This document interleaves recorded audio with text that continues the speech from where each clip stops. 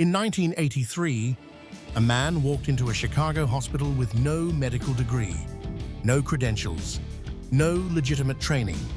Within weeks, he was performing patient consultations. Staff trusted him. Patients trusted him. Nobody questioned it. His name was Ferdinand Waldo Demara, the most successful imposter in recorded history. He did it not once, but dozens of times across careers in law, education, and medicine. And here is what disturbs people most when they learn his story. He never used forgery as his primary weapon. He used something far more powerful, something you use and respond to every single day without realizing it. So the question is not how he fooled them. The question is, what exactly did he trigger in their brains that shut off their skepticism completely? Trust is the most valuable currency in human interaction. It determines who gets the job, who closes the deal, who leads the room. And most people believe it is built slowly, over time, through consistent action. That is partially true, but there is another layer, a darker, more immediate mechanism that creates trust almost instantaneously. Understanding it is not about becoming a manipulator. It is about becoming someone who cannot be manipulated. Today, you are going to learn exactly how trust is engineered at a psychological level. 3 specific mechanisms, how they are used against you, and how to wield them with precision. Once you see this, you cannot unsee it. The first mechanism is called mirroring, and it goes much deeper than copying someone's posture. In the 1990s, neuroscientists at the University of Parma discovered something that rewrote our understanding of human connection. They found a specific class of neurons in the brain that fire both when you perform an action and when you observe someone else performing that same action. They called them mirror neurons. Your brain does not fully distinguish between what you do and what you watch someone else do. It simulates their experience internally. Here is why that matters for trust. When someone subtly mirrors your body language, your speech rhythm, your word choices, your brain begins to categorize them as similar to you. And similarity is one of the oldest trust triggers in human evolution. Similar meant same tribe.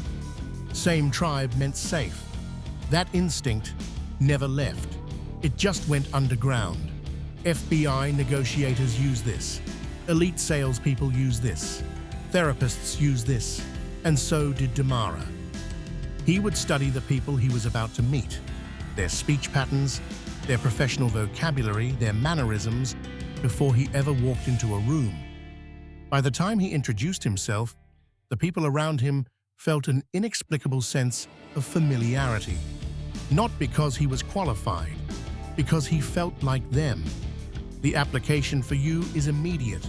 Slow your speech to match the other person. Use their exact words back to them when responding. Subtly align your posture to theirs without mimicking. Do this, and something interesting happens. People begin to feel comfortable before they have any logical reason to. That comfort is the foundation of trust, and it is built beneath the level of conscious awareness. The second mechanism operates even faster. It happens in the first 4 seconds of contact.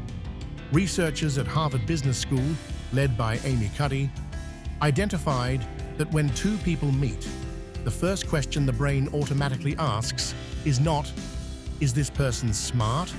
Not, is this person competent? The brain asks first, can I trust this person? And second, can I respect this person? In that exact order. Warmth before competence, every time. This means that projecting intelligence before establishing warmth is a trust killer. It triggers a defensive response. The person you are trying to impress begins scanning for threat rather than opening to connection. Here is the mechanism behind it. Your amygdala, the brain's threat detection center, processes social signals before your prefrontal cortex can rationalize them. You decide whether someone is safe before you decide whether they are credible.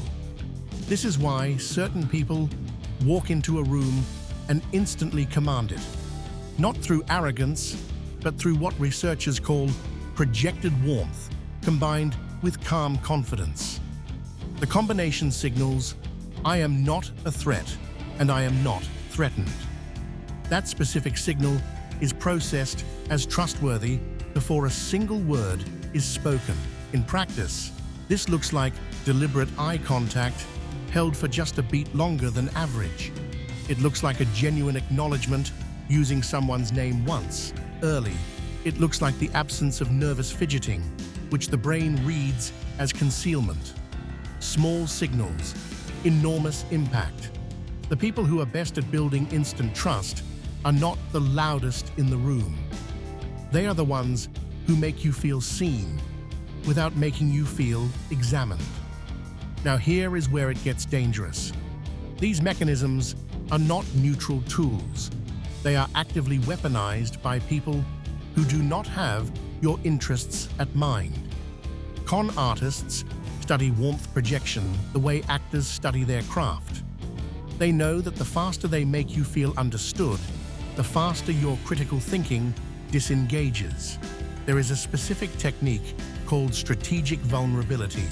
It works like this. Early in a conversation, a manipulator will share something that feels personal, something that sounds like a confession or a flaw, something that makes them seem human and fallible. Your brain interprets this as honesty.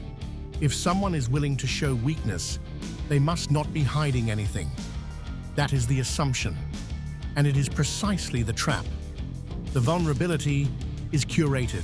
It is offered deliberately to lower your defenses. Once your skepticism is disarmed, the real agenda moves forward. You have seen this in sales. You have seen it in politics. You have seen it in relationships where someone pursued you with unusual intensity and precision, making you feel uniquely understood before you had told them very much at all. The ethical application of this knowledge is not to weaponize it. It is to recognize it in real time.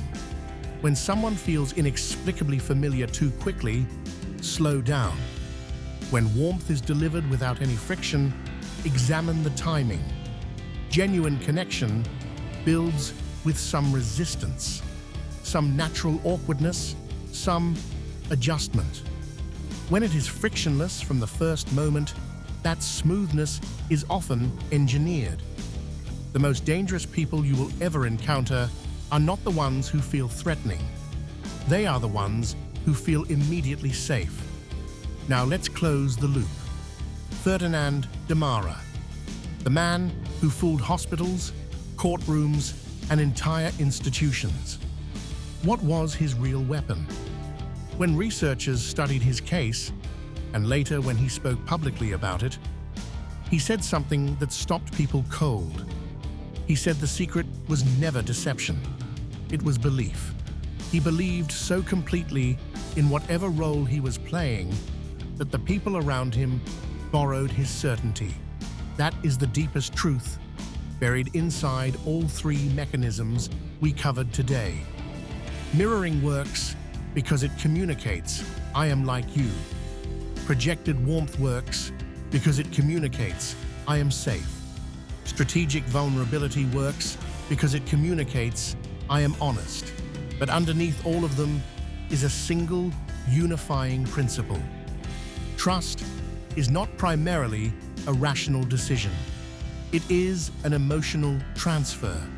People do not trust people. People trust feelings. They trust the feeling of safety, the feeling of recognition, the feeling of being seen by someone who seems certain of themselves. This means the most powerful thing you can do to build trust is not to perform it. It is to genuinely embody the state that produces it. Calm, grounded, focused entirely on the person in front of you.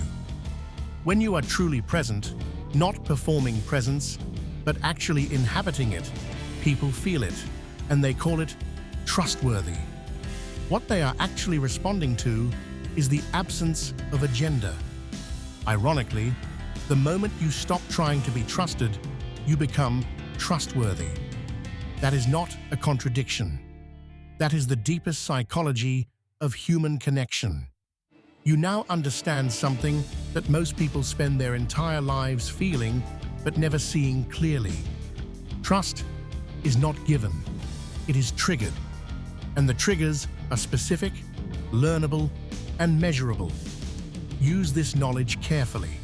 The difference between influence and manipulation is intent, and the long game always reveals which one you are playing. If this opens something in the way you see human behavior, the next video will go deeper. Subscribe to TheMindShadow. The patterns we explore here do not stop at trust. They run through every layer of how power actually moves between people. There is more to uncover, and you will want to be here when we do. I'll see you in the shadows.